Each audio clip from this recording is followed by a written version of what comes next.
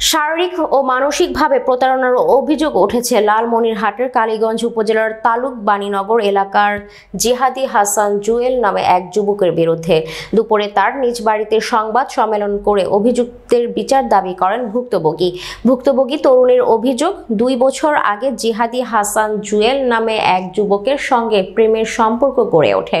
এক পর্যায়ে নানা প্রলোভন ও বিয়ের আশ্বাস দিয়ে তরুণীর সঙ্গে শারীরিক সম্পর্ক গড়ে তোলেন তিনি। পরে বিয়ে করতে বাড়িতে ডেকে নানা কৌশলে পালিয়ে যায় সে।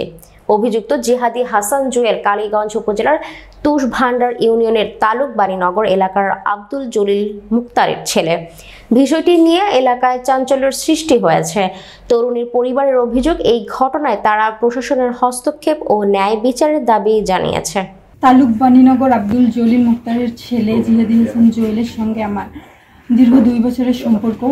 সে প্রায় আমাদের বাসায় যাতায়াত করতো এবং বিভিন্ন জায়গায় আমাকে নিয়ে ঘুষ দিই। বিয়ের কথা বললে সে নানা ধরনের তালবাহানা করে এবং আমার কাছে সময় নিতে চায়।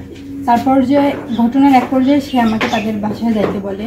অতঃপর আমি যখন তাদের বাসায় যাই, সে আমাকে রেখে বাসা থেকে পালায় যায় এবং তার পরিবারের লোকজন আমাকে নানা রকম অত্যাচার নির্যাতন করার চেষ্টা করে এবং আমার বিরুদ্ধে নানা রকম অপপ্রচার, ছবি এডিটিং এইসব শুরু করে আমাদের ব্ল্যাকমেল করার চেষ্টা করে।